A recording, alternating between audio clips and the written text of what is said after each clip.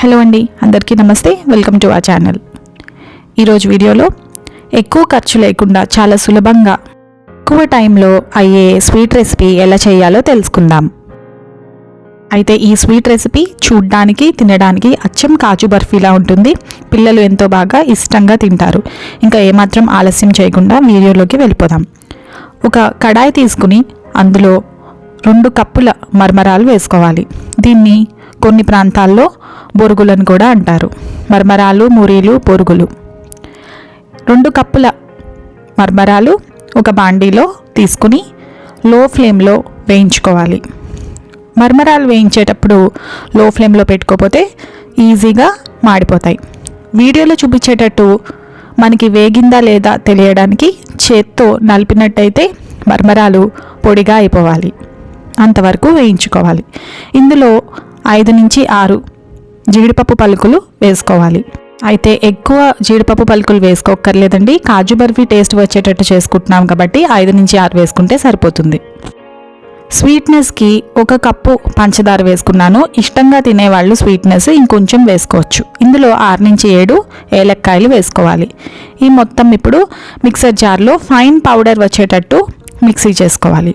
Mixie చేసుకున్నాక పక్కన పెట్టుకుని ఒక జల్లెడ తీసుకుని ఈ పంచదార మిశ్రమం ఏదైతే మిక్సీ చేసుకున్నామో ఆ పొడిని ఒక జల్లెడ తీసుకుని జల్లించుకోవాలి.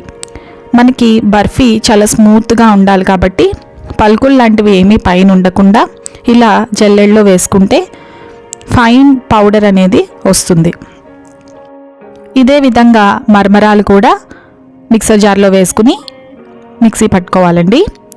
అయితే మరమరాలు పచ్చివాసన పోవాలని మనం వేయించుకున్నాం. ఈ మరమరాల పొడి చల్లారక మిక్సీ పట్టుకోవాలండి. ముందుగా మనం మిక్సీ చేసేస్తే తేమ వచ్చేస్తుంది. అప్పుడు ముద్ద రాకుండా జారుగా అయిపోతుంది బర్ఫీ చేసేటప్పుడు. ఏదైతే మనం పంచదార పొడి జల్లించుకున్నామో అదే విధంగా మరమరాల పొడిని కూడా జల్లించుకోవాలి. పైన మరమరాలు లాంటివి ఏమైనా ఉంటే ఇంకొకసారి మిక్సీ చేసుకుంటే అవి మెత్తగా నలిగిపోతాయి. పంచదార పొడి అలాగే మరమరాల పొడి జల్లించుకున్నాం కదా, ఈ 2 ఒకసారి బాగా కలుపుకోవాలి. ఈవెన్గా కలుపుకున్నాక ఇందులో 1 స్పూను పాలపొడి వేసుకోవాలండి. పాలపొడి వేసుకుంటే మనకి కాజు బర్ఫీ టేస్ట్ అనేది కొంచెం వచ్చేటట్టు డామినేటింగ్గా మనకి ఉంటుంది. పాలపొడి ఒకవేళ లేకపోతే స్కిప్ చేయొచ్చు. అలాగే 3 నుంచి 4 స్పూన్లు పాలు వేసుకున్నానండి. ముద్దగా రావాలి మనకి బర్ఫీలాగా, అందుకనే పాలు వేసుకోవాలి.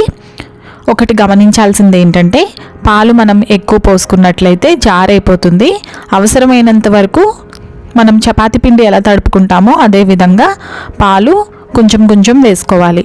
పాలు ఒకవేళ మీరు ఎక్కువ వేసేస్తే మళ్ళీ ఇంకోసారి మరమరాల పొడి అలాగే పంచదార పొడి చేసుకుని గట్టిగా అయ్యేంత వరకు కలుపుకోవాలి. వీడియోలో చూపించేటట్టు ఇదే విధంగా చపాతీ ముద్ద మాదిరిగా చేసుకోవాలి. ఇవి 2 ముద్దలుగా చేసుకోవాలండి.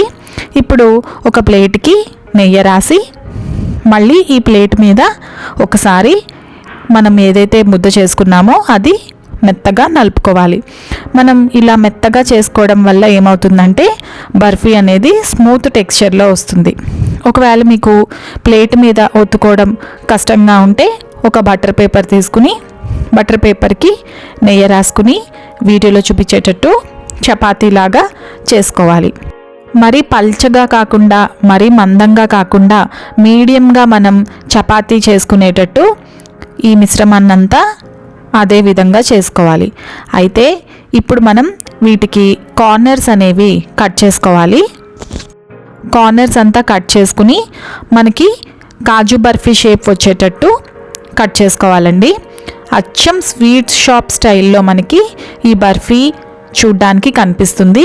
టేస్ట్ కూడా అదే విధంగా చాలా అద్భుతంగా ఉంటుందండి. ఇంట్లో సిల్వర్ ఫాయిల్ ఉంటే కాజు బర్ఫీకి మనకి పైన సిల్వర్ ఫాయిల్ ఎలా ఉంటుందో అలా మనం స్ప్రెడ్ చేసుకున్నట్లయితే అచ్చం బయట కొన్న స్వీట్ లానే ఉంటుందండి. అయితే ఇంట్లో మరమరాలు ఉన్నప్పుడు ఖచ్చితంగా ఇదే విధంగా ట్రై చేయండి. టేస్ట్ చాలా బాగుంటుంది. ఇంటికి ఎవరైనా వచ్చినప్పుడు మీరు సర్వ్ చేస్తే అచ్చం కాజు బర్ఫీ అనే అనుకుంటారు. అయితే వీడియో నచ్చినట్లయితే లైక్, షేర్, సబ్స్క్రైబ్ చేయడం మర్చిపోకండి.